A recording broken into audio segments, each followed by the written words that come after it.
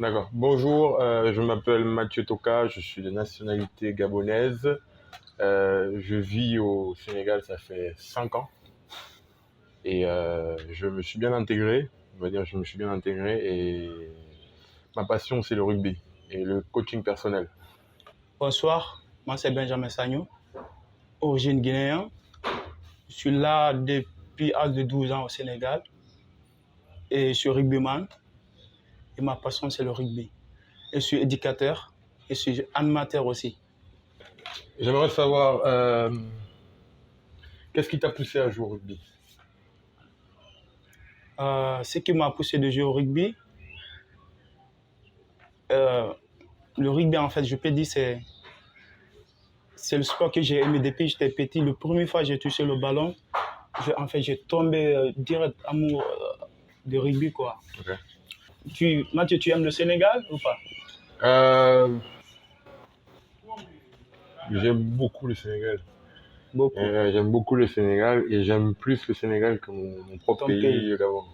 Ah ouais. Et je me sens ici comme si j'étais chez moi, quoi.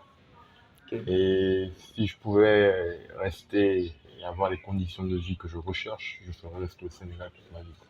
Là, Voilà. nickel. Qu'est-ce que tu aimes dans le rugby? Ce que j'aime plus, c'est le placage. Le placage et jouer en collectif avec des copains. Ouais. Depuis quand tu as commencé le rugby? Euh, C'était un peu un cafouillage. J'ai commencé le rugby, là ça fait maintenant 8 ans. C'était mon oncle qui m'en parlait depuis. Il m'en parlait tout le temps, tu vois. Il m'en parlait tout le temps, tous les jours. Tu as le gabarit pour le rugby, tu as le corps pour le rugby, il faut que tu viennes jouer. Mais mon père, il n'était pas d'accord. Et, euh, et un soir comme ça, il m'a dit, il faut que je t'amène jouer au rugby. Et je suis allé. C'est une histoire que je raconte toujours quand on me demande cette question. Comment j'ai découvert le rugby et tout.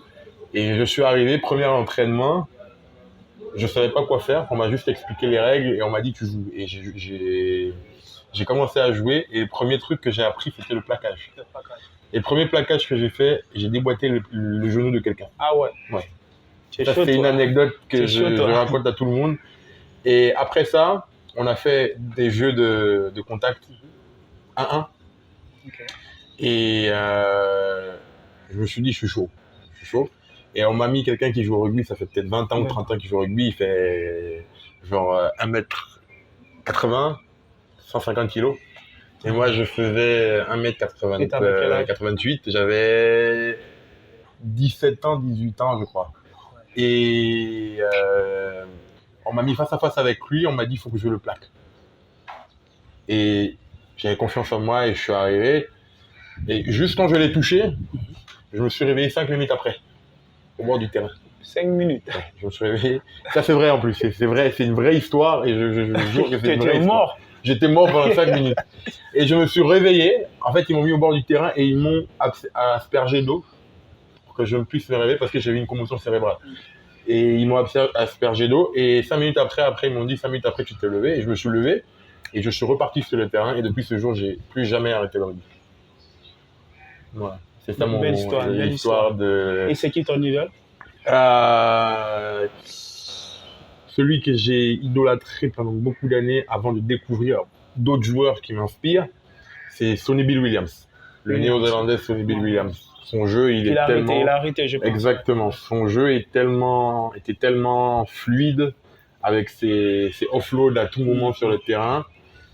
Et il y a un autre aussi qui a arrêté aussi, Manonou. Manoun. Ouais, lui aussi, c'était quelqu'un qui m'a beaucoup inspiré par sa force et sa vélocité et tout le reste. Et là, en ce moment, il y a un que j'idolâtre beaucoup et que je rêve de jouer comme lui parce que je sais que j'ai les capacités, c'est Tuisova, Tu sais voir. le Fidjien. Ouais, ça, c'est un fou, lui. Il est fort. C'est ça.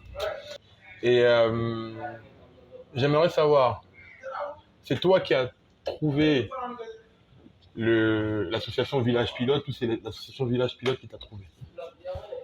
Bah, moi, avec Village Sport, c'est une longue histoire. Okay. En fait, moi, je suis un enfant de la rue avant. Oui. Et c'est là-bas que j'ai rencontré Villas Pelote. Dans la rue, Ok. ils m'ont dit de venir faire une formation avec eux. Ok. Mais la première fois, il n'y avait pas de formation. C'était juste, tu viens. Là, le centre, c'était à Pékin. Ok. À Pékin, tu restes là-bas, on essaie de chercher ta famille. D'accord. Après, on te ramène chez toi. J'ai passé comme ça. C'est là-bas que j'ai appris le rugby. Mhm. J'ai fait 1 an, 2 ans comme ça. Je me suis retourné chez moi en Guinée. Ok. Je suis revenu. On m'a envoyé encore un autre centre qui s'appelle. C'est toujours Villas Pelote, mais là-bas, c'est au Lac Rose. Ok. Ok. C'est un peu loin, quoi. Ah, d'accord. Ouais, et j'ai resté là-bas, j'ai fait la formation. Ok. Pour 2 ans après, bon. C'est comme ça que j'ai connu Villas Pelote. C'était une formation de quoi? J'ai fait la maçonnerie là-bas, menuiserie bois, cuisine et alphabétisation aussi. Ouais. Pour apprendre à parler le français aussi. Français. Ok. Ouais, c'était comme ça. C'est comme ça que j'ai connu Villas Pelote. Et c'est quand tu es arrivé en Guinée ou c'est quand tu es arrivé de Guinée quand tu étais dans la rue ou c'est et c'était en quelle année? Je pense que c'était en 2008, 2009. Et tu as passé combien de temps dans la rue avant qu'ils ne te rencontrent? Je n'ai pas duré dans la rue. Je pense que c'est même pas 1 an. Ok. Je peux dire 8 mois comme ça. Ouais. Ouais, 8 mois.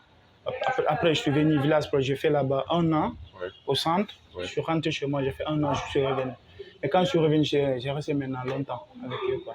Jusqu'à présent, je suis avec eux. Ok. Mais là, maintenant, je travaille pour Villas Pelote maintenant. Je suis éducateur et animateur. Ok, donc c'est toi maintenant qui accueille les enfants. Les enfants, ouais. Et je les apprends à jouer au rugby aussi, tu vois. Moi, j'ai une question. Tu as une copine sénégalaise ou pas? Non, j'ai pas de copine Pourquoi? sénégalaise malheureusement. Tu n'aimes pas les Sénégalais? Non, c'est pas que j'aime pas les Sénégalais, c'est juste que je suis tombé sur une personne avec qui je partageais les mêmes valeurs. D'accord, super. Et mot pour la fin, je ne remercierai jamais assez ce pays et que je continuerai de servir en tant que citoyen et en tant que sportif. Et je sais qu'il y a beaucoup de choses qui sont à venir et je sais que j'en ferai partie et ça va être magnifique. Moi, d'abord, je remercie le Sénégal. Je pensais que j'ai eu... Tout ce que j'ai eu, c'est grâce à le Sénégal.